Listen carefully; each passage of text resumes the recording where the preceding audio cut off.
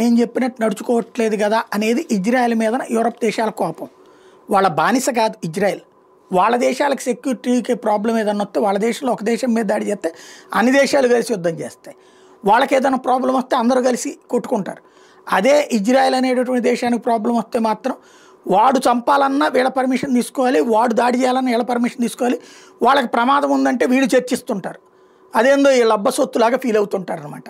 But Israel అట్లాంటిది పట్టించుకోకుండా Netanyahu ప్రధానమంత్రి ఉండగా నిర్మోహమాటంగా మొండిగా తీసుకెళ్ళి దాడులు చేస్తున్నాడు. పాలస్తీనాని నాశనం చేసి వదిలిపెడుతున్నాడు. 77% పాలస్తీనా ఇప్పటికే హస్తగతం అయిపోయింది. ఇంకొక 23% గాజా, ఇంకొక 23% అయితే గాజా మొత్తం ఆక్యుపై అయిపోతుంది. పాలస్తీనాలో ఇతర ప్రాంతాలకు అవసర వలస వెళ్తున్నటువంటి పరిస్థితి. ఈలోపు ఇజ్రాయెల్ ప్రధానమంత్రి మేము చెప్పినట్టు ఎంటలేదు కాబట్టి పాలస్తీనాను ఒక దేశంగా గుర్తిస్తామంటూ ఒక్కొక్క దేశం ప్రకటిస్తోంది. ఫ్రాన్స్ ప్రకటిస్తోంది, ఇంకోళ్ళు ప్రకటిస్తున్నారు. సరే మీ కర్మ మీద మీరు చావండి అని చెప్పేసి వదిలేస్తున్నాడు నెతన్యాహు.